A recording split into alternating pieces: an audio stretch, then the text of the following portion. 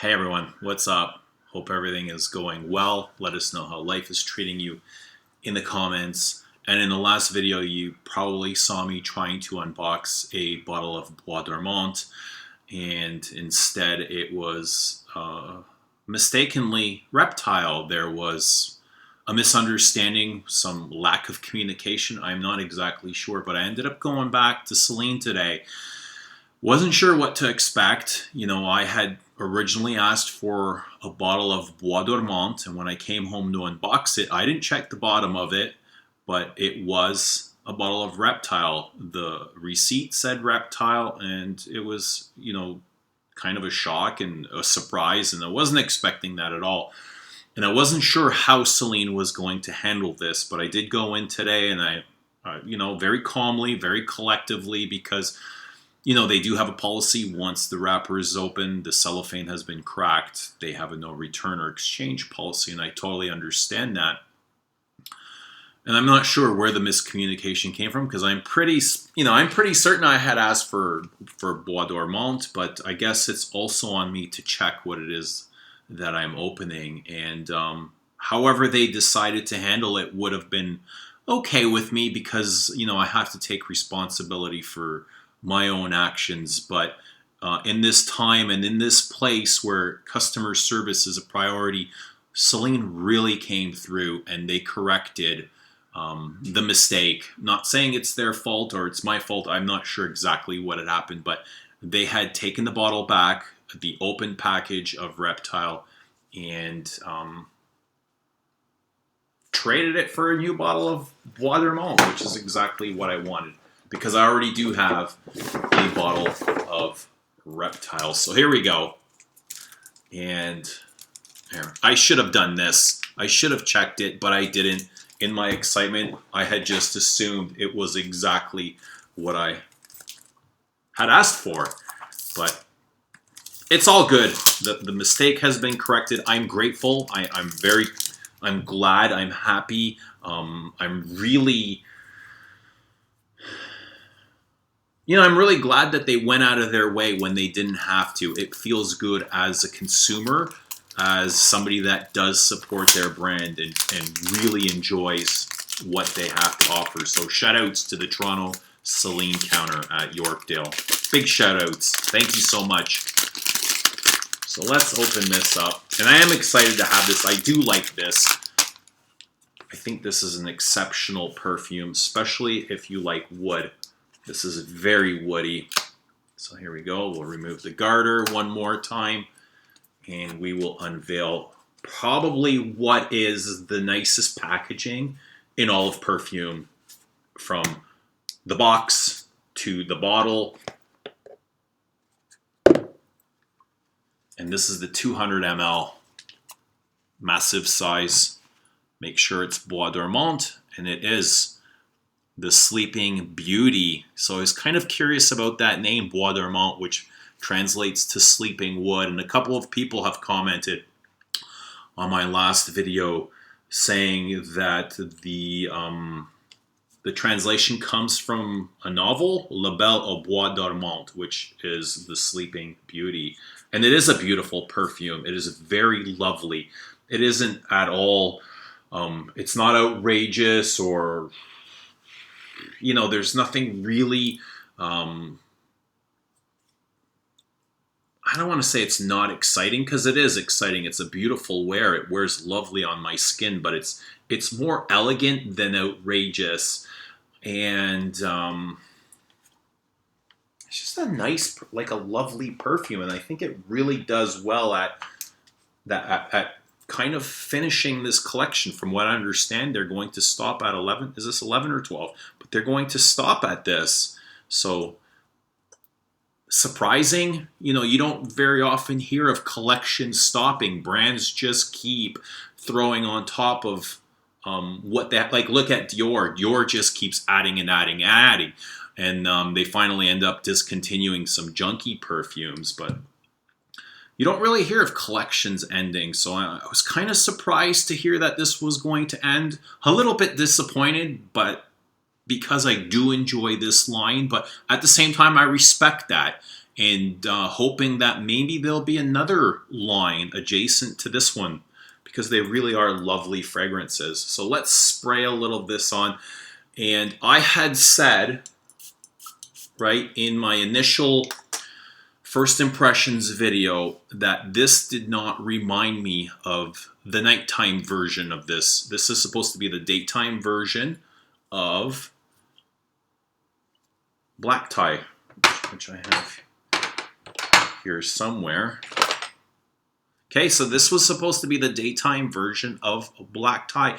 And in my first impressions video, I didn't necessarily see that. But in getting to know my sample, I can see it more now. And that is not, it's not visible until the dry down, where this takes on a little bit of vanilla factor. This I would not consider a sweet perfume. It's not nearly as sweet and goopy, syrupy as Black Tie, which I think is an exceptionally well done perfume, but it was meant to be sweet in such a way, with that marshmallow, kind of that camphor s'mores accord, vanilla. It's just a really well done gourmand. This leathery, suede-y, tobacco-ish gourmand, slightly herbal. And it wasn't until, it's not until the deep dry down where I can see the connection with Black Tie, but again, it's still so slight on me, and I would say it's only like 10 or 15%, not much more than that. To me, this is a very woody perfume. Black Tie is woody as well, but it's woods integrated with vanilla and sweet accords. This to me is much more, all the aspects kind of hint towards wood, like vetiver, cedar, sawdust. It's slightly smoky in the opening, almost like a campfire going off, but not smoky in kind of the way niche perfumes portray smoke, where they overdose it. This is much more elegant. It's much more sophisticated. It's more in the lines of what Chanel would do. It's got restraint. So their smoke is there, but it's not overdone. It is very piney without being green. There's slight hints of green, but I do get that pine. I get that juniper. I get that pepperiness. So it has woods and spices and this slight vanilla accord without being overly sweet. Gladly, because there's a lot of vanilla that runs throughout this entire line. There's vetiver in here, and I got this thing with vetiver. I like vetiver, but not as a starring role, not as a starring note. I like vetiver more as a supportive role. And although I love, let's say, Chanel's Sycamore, and I love Frederic Malle's Vetiver Extraordinaire, I think those are two of the easier vetivers for me to wear because they're more drier and rootier.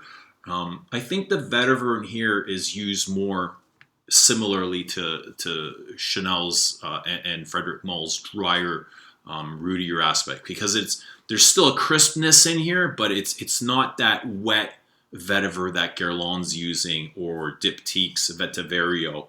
For me, it's just a very easy to wear, elegant perfume with that crisp, dry vetiver, dry cedar. Like I said before, I still get that very fresh cedar, like somebody's just chopped a cedar tree down and split it open, and you can hear that. You know, when you pull chopped wood apart, you can hear kind of like the crackling or ripping apart. And it's also slightly sawdusty mixed in. That sawdust kind of integrates with the vanilla. If there is one perfume that this reminds me more of anything else, it would be not Eau Menthe. It would, I think I have it here. Here we go. Here it is.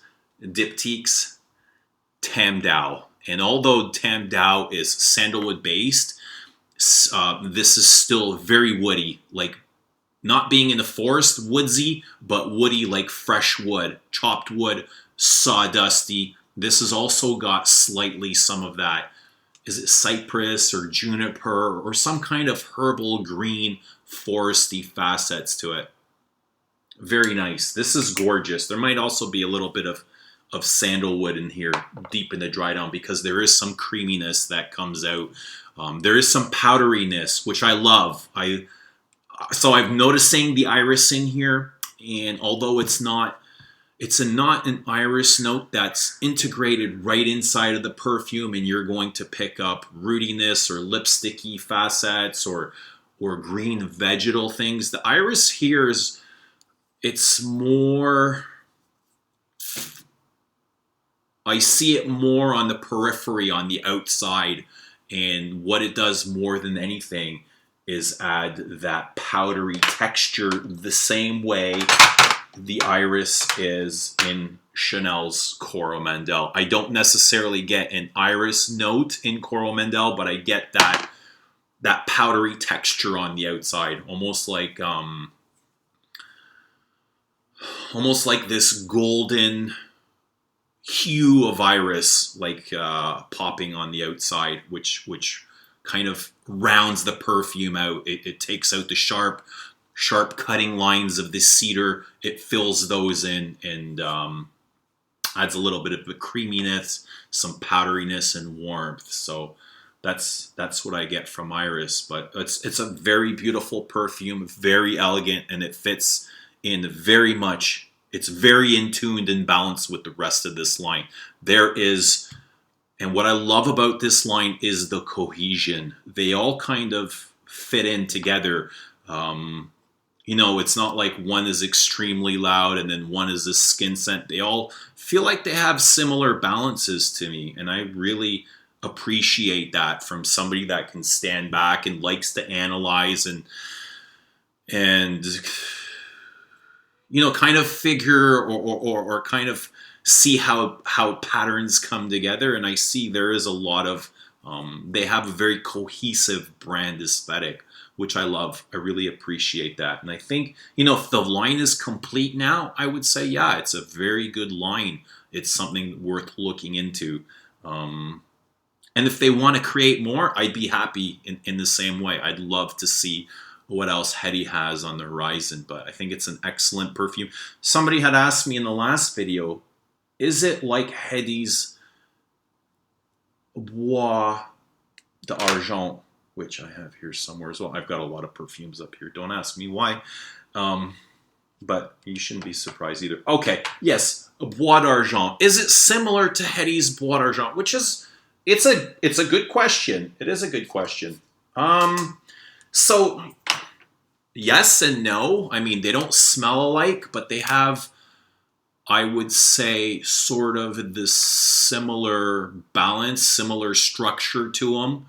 I think the iris Bois d'Argent is much more iris focused. It's iris and vanilla.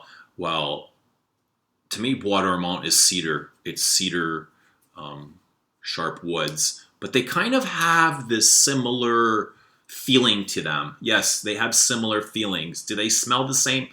I would say no. Not right now. Not right now, but that's not a bad shout. That's not a bad idea. And I think with time, my perspective could change.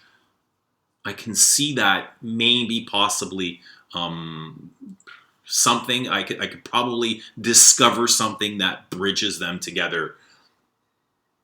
But this is it's more smoky and much more woody. They're both woody, but this is more about wood, and this is more about iris, like a woody iris. But yeah, there you go. Both brilliant perfumes. I think both are worth owning, and will give you different facets from each other. But there you go. Anyway, if you've tried Bois Dormant, let us know what you think. If you have any questions, drop them down below. I always love seeing your faces. And shout out to the Toronto Celine boutique, or counter. It's not a standalone boutique. It's a counter inside of the mall. So thank you. I appreciate that when you came through and you didn't really have to, but it's a big gesture, and it shows. Your actions are very loud, and you came through with your actions. So much love. Talk to you all soon. Bye.